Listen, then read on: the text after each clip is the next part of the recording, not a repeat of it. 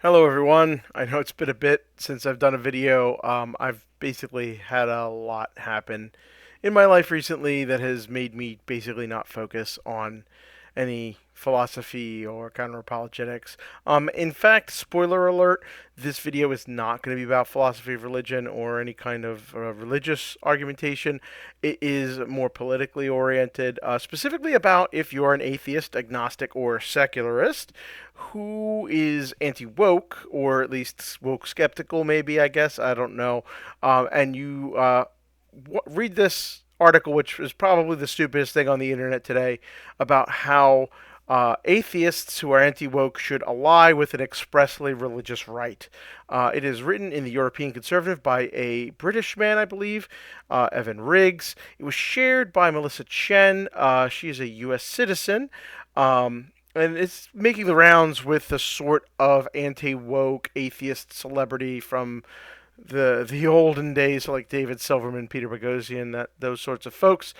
Um, and really, I'm just astounded by this. The article doesn't make sense even on its own terms, but I kind of want to take through this.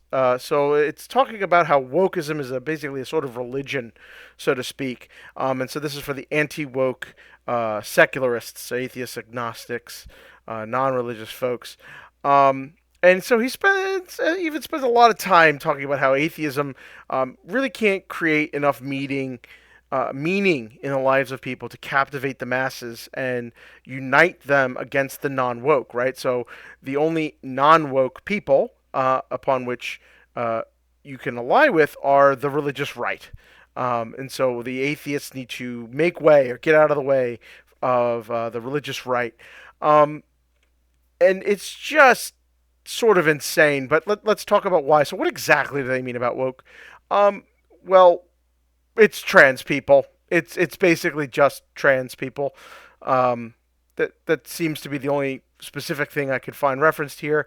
Um, and so what he talks about is he says how it's very odd because he says the anti woke coalition is defined by what it is against and not united by it, and so the they need to ally together, the secularists and the very religious right, in order to beat the woke. Um, but the woke, conversely, are entirely united and united institutionally and ideologically. And he calls our beliefs irrational. Not that I'm necessarily woke. I guess he probably would call me that, but I don't really think it has a good definition. Um, but he says we're completely united. And he talks about how the former new atheist movement has gone fully woke. So it sort of seems like the non-religious uh, demographic in the country created some meaning for themselves and then united around the idea of equal rights for LGBTQ people and women and minorities, I guess. I don't know. That whole individual liberty thing of liberalism, lower L liberalism, that we're supposed to be defending the West as a somehow in post Enlightenment West as a somehow coherent ideological thing, that what must be defended against. So it seems to be almost like a contradiction in terms. It's just that the thing that we united around and what liberalism entailed was some stuff that they really don't like. They just don't like the trans people, I guess. Um, Now, the other thing that I really can't get here is how he talks about how there are these civilizational costs of wokeism and they're accumulating. And so we must act very quickly to hand over control to the religious right so that they can take this over and stop the woke. I just don't get it. He talks about those costs. Well, what real costs are there? Well, he talks about how only the religious are reproducing enough to stay above the replacement rate, and it's no accident that the only advanced Western nation with a replacement rate above the necessary 2.1 figure is Israel. And he says how the future belongs to those who show up for it. Um, this seems utterly misguided at best. The fertility rate actually was quite high back in the 50s, and then plunged all the way back in the 70s. I believe it's lower than it is now. It is currently 1.784 in the U.S. It was down all the way to 1.772, right? So, yeah.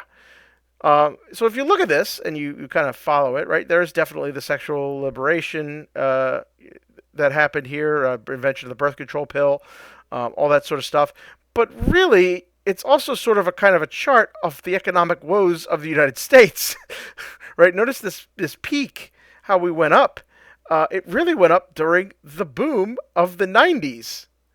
And then after the bust, and especially the Great Recession, then it starts plummeting. So arguably, it's really more about financial things and probably income inequality. Well, there's another wokeist term that's really the cost, the civilizational costs of wokeism. Um, LGBTQ rights weren't even a goddamn thing back in the fucking 80s, really, and 90s at all. And it was just completely cratering, right? 70s, especially not. 60s, no way. It wasn't even on the table, realistically, outside of the most progressive of unelectable politicians would talk about gay rights, really. So I really don't see that as a direct cause. Arguably, economics is far more of a cause here. Now, um, the thing I kind of want to talk about, and so he really talks about how we have, um, it's really the trans people. So he talks about how the gender ideology is the prime pillar of wokeism, and it's fundamentally totalitarianism, right? He talks about how misgendering people is talked about as trans genocide, where, I mean, I really don't think, I mean, maybe you'll find some crazy activists who'll say that, but you'll find that in any case, normally trans genocide is talked about when they want to ban things like hormone replacement therapy, even for adults in states, and make it as onerous as possible. So you can't even see a nurse practitioner, which do probably the vast majority of HRT appointments for trans people. They basically want to make it impossible to transition. They want to make public life using the right bathroom as hard as possible, so that these people get more depressed and then kill themselves, because that's basically what happens. Um, but whatever, we're going to ignore the stupid equivocation of what trans genocide means, and we're just going to look at about how he talks about how this is totalitarian. Well, I mean, he's writing as a British citizen, supposedly, in the European conservative, so there's no law against misgendering people and talking about how there's no difference between sex and gender.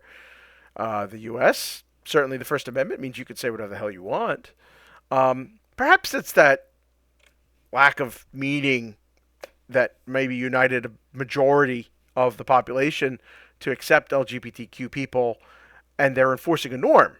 And more specifically, I get where he says totalitarian at least a little bit, where corporations, generally speaking, have embraced the idea of LGBTQ rights. And I can say this as someone who is I've had an over 20-year career in engineering at a fairly large corporation, and I have LGBTQ people on my the team that I lead. I have LGBTQ people in the organization in which I work. I regularly see trans people in the office, and I have had to tell people on my team, "Hey, get your pronoun game on point. You have to stop using the wrong pronouns for people." And I think that the arguments for that are good. And sometimes you'll get some people who are more conservative, like, well, I don't buy into any of this crap, and they'll talk to me as a cis person, about how they think it's a bunch of crap. And I really don't want to debate them, and I'll tell them that. But then I'll point out that our corporation does not give a fuck what they believe, and they don't. They have to pick a side. When trans people and LGBTQ people are just going to exist, and are they going to have jobs and integrate into offices like normal people with rights? They will either be mistreated and misgendered, in which they perceive as mistreatment, and which the vast majority of people agree is mistreatment. And so it's banned. If you want to keep working for most companies, you can't misgender them. You also can't run around and say the N-word. Go ahead and try it. Watch what happens. HR will be coming around real quick. And I really don't see it as fundamentally any different than that, or any other racial slur. It doesn't have to just be against black people specifically. So this is a social norm. It's just a social norm that these anti-woke people don't like. But it's certainly not a legal thing. But I can certainly see how they say they want to fit into society. Yes, most of society will shun you such that you will suffer economically by voicing these opinions. But that's true for all sorts of stuff. Say interracial couples shouldn't exist. Say women shouldn't be able to work outside the home. Say all sorts of stuff, and you're going to get all kinds of crazy social and economic ramifications for that. So so much for not having something that unites us, be united around. That seems to be a core tenet of liberalism. Lowercase l liberalism, which is the paragon of the post-Enlightenment West. Now, the thing is that what really kind of gets me, like, let's pretend for a minute that I was an anti-woke atheist, and I thought, I gotta stop these people, and if that means aligning with the religious right, and maybe even making way for a religious revival, even if I think it's a bunch of crap, just so we could stop the trans people. Oh my God! Well, that's what he presents as a dichotomy. He says you either have the heresy of wokeism from the left or the Christian right, and he thinks of the two inescapable choices, Christianity is undoubtedly better, and he admits it's not perfect. But even if you're worried about having to counteract the excesses of Christianity sometime in the future, this is likely decades away. Oh, my sweet summer child. Maybe it's because you're fucking British. But I can tell you, it took one electoral college victory for the Trump administration to install a Supreme Court, which removed, in about a dozen states, a woman's right to have an abortion. It's gone. It's banned in those states. Up to 24 have effectively banned it. 6-week bans are basically bans because you're not going to find out you're pregnant by roughly 6 weeks in the vast majority of cases. And then there's 15-week bans. And then there are cases, there are other bans in up to 24 states, pending court cases which are challenging the laws. Almost half the fucking country can't get a goddamn abortion in the state they live in because of that. And that's really kind of the point I want to bring up here.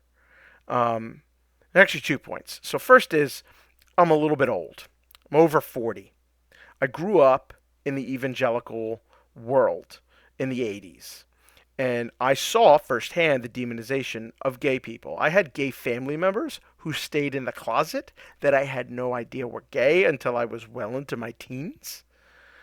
Because they were so fucking demonized. And it's all the same attacks you see now on trans people. The gays were the ones coming for your kids. The gays were the ones who wanted to convert your kids. The gays were the pedophiles. Okay? Now they just say that about fucking trans people. But it was about the gays back in the 80s and 90s. And then as they became acceptance, now they're on a new minority to go after. And which is just frankly absurd, by the way. Like a priest or a pastor is far more likely to have been convicted of molesting children than trans people have been. So, but this is the thing that I really don't fucking get. Like, it is literally the voting for the leopards eating people's faces party, and then eventually being shocked when the leopards start eating your goddamn face, because it will not stop with trans people. The next thing is same-sex marriage. And then after they get same-sex marriage, guess what? Us straight cis people, they're coming for you. They're coming for me. They want to get rid of the contraceptives. You could listen to them say all of this. And you know what happens after contraceptives? Cohabitation for non-wed straight couples. Then there's no-fault divorce. Go look at fucking Steven Crowder talking about how outrageous it is that his wife can initiate the divorce all on her own, right? The fact that women can be financially stable. Back before this wokeism of the fucking 60s and 70s, women couldn't get goddamn credit cards. If you wanted to have a financially stable life as a woman, most of the time you were forced into a marriage. Okay? They're coming for all of this. And so, and maybe you don't I don't know, none of that matters to you. But guess what? They're going to come for your music. They're going to come for your movies. They're going to come for your video games. They're certainly going to fucking take away the porn on the internet. All that free speech stuff that you're supposed to care about a ton because it's the West. Okay? It's going to fucking go. You can go listen to the Catholics and the Protestants. They agree. They want to get rid of the First Amendment. They don't agree with the First Amendment protecting blasphemy, right? They just don't. You could go. There's a million fucking shows. You can go listen to them, right? The idea, and there's actually one more thing, is that the freedom of speech, freedom of association, and freedom of expression guarantees the right of someone who was born a male to wear a dress. I could put on a sundress and a wig and call myself Joan for all I wanted. And the First Amendment protects that. Freedom of expression protects that. You're really going to think you could codify dress laws? Like what I could wear, clothing laws? And be consistent with the First Amendment and freedom of speech? Are you out of your mind? And the idea as if it's not an immediate threat, which is bullshit in the U.S. Maybe it's a little better in the U.K. or the EU, but it's fucking bullshit over here. But the idea that, oh, decades away we can fight them later. Who the fuck do you think you're going to ally with to fight them decades later? Maybe there's a poem about that from the fucking 40s. Can't believe this shit.